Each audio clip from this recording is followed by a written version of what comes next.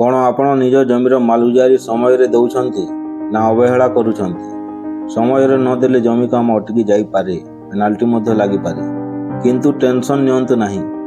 ଏହି ଭିଡ଼ିଓ ଦେଖିଲା ପରେ ଆପଣ ନିଜେ ନିଜର ମୋବାଇଲରେ ଅତି ସହଜରେ ମାଲଗୁଜାରୀ ଚେକ୍, ପେମେଣ୍ଟ ଓ ରିସିପ୍ଟ ଡାଉନଲୋଡ୍ କରିପାରିବେ।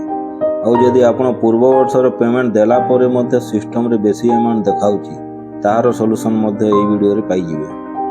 ସର୍ବପ୍ରଥମେ ନିଜ ମୋବାଇଲରେ ଗୁଗଲ କ୍ରୋମ ଓପନ୍ କରନ୍ତୁ।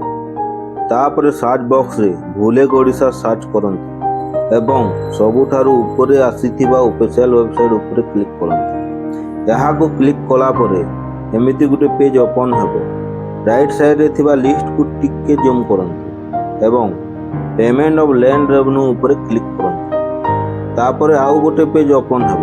ଏଠାରେ ପେ ଲ୍ୟାଣ୍ଡ ରେଭିନ୍ୟୁ ଅପସନ୍ ଉପରେ କ୍ଲିକ୍ କରନ୍ତୁ। ପେ ଲ୍ୟାଣ୍ଡ ରେଭିନ୍ୟୁ ଉପରେ କ୍ଲିକ୍ କଲା ପରେ ଏମିତି ଗୋଟେ ପେଜ୍ ଓପନ୍ ହେବ। ସେଠାରେ ଡିଷ୍ଟ୍ରିକ୍ଟ, ତହସିଲ ଓ ଭିଲେଜ ସିଲେକ୍ଟ କରିବାକୁ ପଡ଼ିବ। ପ୍ରଥମେ ନିଜେ ଡିଷ୍ଟ୍ରିକ୍ଟ ସିଲେକ୍ଟ କରନ୍ତୁ, ତାପରେ ତହସିଲ ଓ ଭିଲେଜ ସିଲେକ୍ଟ କରନ୍ତୁ। ତାପରେ ଖାତା ନମ୍ବରକୁ ଡାଇରେକ୍ଟ ଟାଇପ୍ କରିବେ କିମ୍ବା ସ୍କ୍ରୋଲ କରିକି ସିଲେକ୍ଟ କରିପାରିବେ। ତାହେଲେ ଏବେ ଆମେ ଡିଷ୍ଟ୍ରିକ୍ଟକୁ ସିଲେକ୍ଟ କରିନେବା। ତାପରେ ତହସିଲକୁ ସିଲେକ୍ଟ କରିନେବା।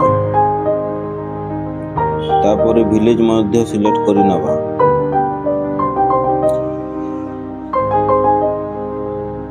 ଖାତା ନମ୍ବରକୁ ଟାଇପ୍ କରିବା ଦରକାର ନାହିଁ, ସ୍କ୍ରୋଲ କରିକି ସିଲେକ୍ଟ କରିନେବା। ଟିକେ ତଳକୁ ସ୍କ୍ରୋଲ କରି ଭ୍ୟୁ ରେଭିନ୍ୟୁ ଡିଟେଲ୍ସ ଉପରେ କ୍ଲିକ୍ କରିନେବା। କ୍ଲିକ୍ କରିଲା ପରେ କେତେ ଟଙ୍କା ଦେବାକୁ ପଡ଼ିବ ସେଠି ଦେଖାଇଦେବ। ଯଦି ଆମାଉଣ୍ଟ ବେଶୀ କିମ୍ବା କମ୍ ଦେଖାଉଛି ତେବେ ଆପଣଙ୍କ ନିକଟସ୍ଥ ଆର୍‌ଆଇ ଅଫିସକୁ ଯିବାକୁ ପଡ଼ିବ। ତାପରେ କ୍ୟାପ୍ଚା ଫିଲ୍ଅପ୍ କରି ପ୍ରୋସିଡ୍ ଅପସନ୍ ଉପରେ କ୍ଲିକ୍ କରିନେବା। ତାପରେ ଆମେ ନୂଆ ପେଜକୁ ଆସିଯିବା। ଏଠାରେ ଡିପୋଜିଟର ନେମ୍, ରେକର୍ଡେଡ ଟେନାଣ୍ଟ ସହିତ ରିଲେସନ୍ ଯେମିତିକି ପୁଅ ଝିଅ ନାତି, ଆଡ୍ରେସ୍, ପିନ୍, ମୋବାଇଲ ନମ୍ବର ଓ ଇମେଲ ଆଇଡି ଫିଲ୍ଅପ୍ କରିନେବା। ତାପରେ କ୍ୟାପ୍ଚା ଏଣ୍ଟର କରିକି ମେକ୍ ପେମେଣ୍ଟ ଅପସନ୍ ଉପରେ କ୍ଲିକ୍ କରିନେବା। ତାପରେ ୟେସ୍ ଓ ନୋ ବୋଲି ଦୁଇଟି ଅପସନ୍ ଆସିବ। ସେଠାରେ ୟେସ୍ ଉପରେ କ୍ଲିକ୍ କରିନେବା। ତାପରେ ଟିକେ ତଳକୁ ସ୍କ୍ରୋଲ କରିକି ନେକ୍ସଟ ଅପସନ୍ ଉପରେ କ୍ଲିକ୍ କରିନେବା। ତାପରେ ଚାଲାଣ ଇନିସିଏଟ୍ ହୋଇଗଲା ବୋଲି ମୋବାଇଲର ନୋଟିଫିକେସନ୍ ବାରରେ ମେସେଜ ଆସିଯିବ। ଏବେ ୟୁପିଆଇ ଉପରେ କ୍ଲିକ୍ କରିନେବା। ଏବେ ବ୍ୟାଙ୍କର ସକ୍ସେସ୍ ରେଟ୍ ଦେଖି ଯେକୌଣସି ବ୍ୟାଙ୍କ ସିଲେକ୍ଟ କରିନେବା। ମୁଁ SBI ସିଲେକ୍ଟ କରୁଛି। ତାପରେ IFMS ଓଡ଼ିଶା ପୋର୍ଟାଲର ଟର୍ମ ଆଣ୍ଡ କଣ୍ଡିସନକୁ ଟିକ୍ କରି ଆକ୍ସେପ୍ଟ କରିନେବା। ପରେ ୱାର୍ଣ୍ଣିଂ ଆସିଲେ ଓକେ ଉପରେ କ୍ଲିକ୍ କରି ପ୍ରୋସିଡ୍ ଟୁ ପେମେଣ୍ଟ ଉପରେ କ୍ଲିକ୍ କରିନେବା। ଏବେ ୟୁପିଆଇ QR କୋଡ୍ ଉପରେ କ୍ଲିକ୍ କରି ପେ ନାଓ ଉପରେ କ୍ଲିକ୍ କରିନେବା। ଏବେ pay by any UPI apps ଉପରେ କ୍ଲିକ୍ କରିନେବା। ସିକ୍ୟୁରିଟି ଇସ୍ୟୁ ପାଇଁ ସ୍କ୍ରିନ୍ ରେକର୍ଡିଂରେ ଦେଖାଯାଉନି, କିନ୍ତୁ ପେମେଣ୍ଟ କମ୍ପ୍ଲିଟ୍ ହେଲେ ଏଭଳି ଗୋଟେ ଚାଲାଣ ଡାଉନଲୋଡ୍ ହୋଇଯିବ।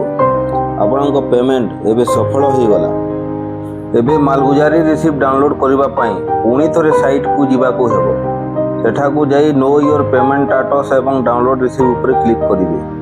ତାପରେ ଫାଇନାନ୍ସିଆଲ ଇୟର ସିଲେକ୍ଟ କରିବେ, ଡିଷ୍ଟ୍ରିକ୍ଟ ସିଲେକ୍ଟ କରିବେ, ତାପରେ ତହସିଲ ସିଲେକ୍ଟ କରିବେ, ଭିଲେଜ ସିଲେକ୍ଟ କରିବେ ଓ ଖାତା ନମ୍ବର ଫିଲ୍ଅପ୍ କରିକି ଗେଟ୍ ଅପସନ୍ ଉପରେ କ୍ଲିକ୍ କରିନେବେ।